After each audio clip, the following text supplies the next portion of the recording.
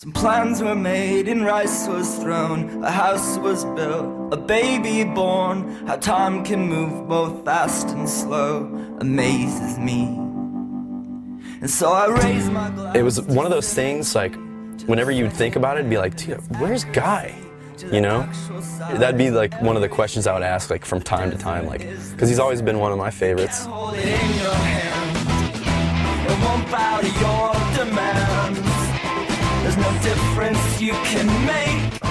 There's no difference you can make. And if it seems like an accident, a collage of senselessness, you weren't looking hard enough. I wasn't looking hard enough. Hey.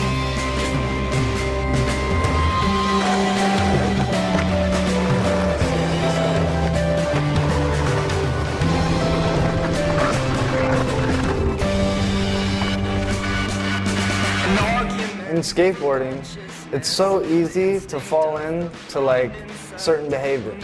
I let it go from a slump to just not trying to skate at all, and I was just partying, man. And it started off with, like, you know, going to clubs every week, the weekdays and the weekends, and that turned into dive bars. And through all of that, just turned into like just being a total loser.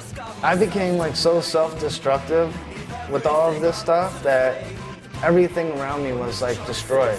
My relationship with Rick and Megan, my relationship with my girlfriend, everything was like on by like a little thread. And my life was on the line. I would be like downtown on like Skid Row to like get drugs and alcohol, but I still felt like, you know, I'm Guy Mariano, like professional skateboarder, and I still like viewed myself as like something special. I mean, that's how delusional I was. When all that's said and done and you're not a professional skateboarder anymore, it's like you're almost left just like empty-handed. It was almost to the point, it's like I didn't really care if I died or not.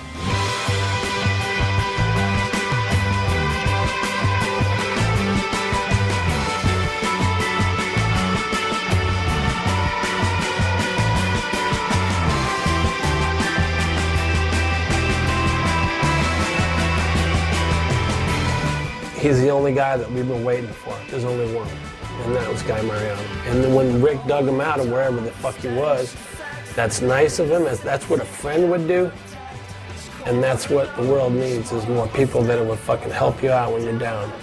And that's fucking true till death. If somebody's down, help them out. And he made it.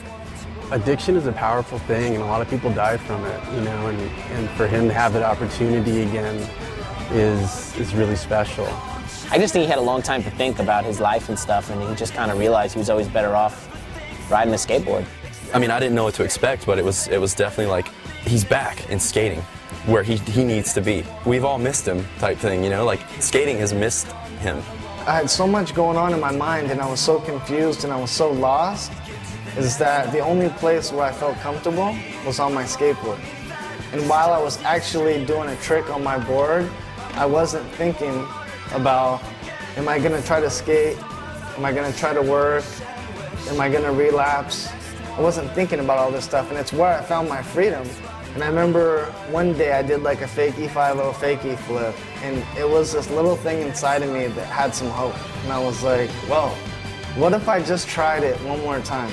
Word started to get out, like, hey, Guy's skating again. I think he even started having, you know, some photos started coming out. And when that happened, Rick said, you know, what do you think? Should we try to do something good, like work towards him getting a shoe? He offered it to me, and he said, look, like, we're just finishing this video fully flared. And he's like, all you'd have to do is, like, you know, go out and get a couple of clips. And I was like, dude, this is right up my alley. And it's a good excuse that why I don't have a full part is because I just got on the team, and I'll have a couple of clips in it. You know, he had a pretty bumpy road, and once he got off that bumpy road, skateboarding was there for him, you know? I said, hey, I'm not putting this video out until you have a part. The conversation went quiet for a little bit. Like, I was probably like looking out the window like, dude, this dude's crazy.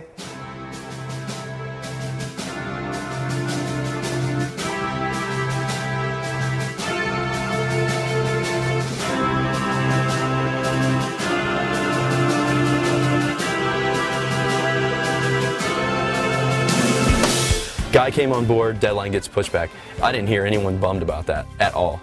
Just the fact he's like skating again, I was so psyched. Can't believe it.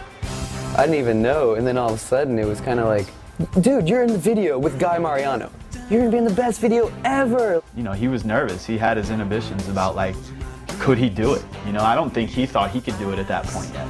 I didn't want to let Rick down. I didn't want to let Lakai down. My whole thing is I just didn't want to let anybody down. He was a natural, there's no question about that, and I thought he just had the ability to step back on his board and get it done, you know? What was going to be difficult is because in my younger days of skating, it came more naturally. And then at this point now, I knew that I was going to have to work a lot harder to achieve that. To me, he looked good right away. He might not have been doing like the most high-tech stuff, but like, it's Guy Mariano. You just want to see him skate, you know? My own expectations was to be better than average. I wanted to bring my name up to where I thought it was before. When I realized he was really going to skate, we were at that Long Beach school, the bump over the table, he would like push switch at it dumb fast and switch ollie up the curb, like so fresh that it was like, wow. I could barely roll down the street switch. I felt like Ty set his tone with me by saying, look, I'm gonna put 100% into this video, so I don't want just a couple clips of you. I want all of you. It was a good feeling to have someone talk to me like that, because I felt like everything else so far to this moment has just been handed to me. I think at this time I realized I felt like I had a chance of like being a part of this video.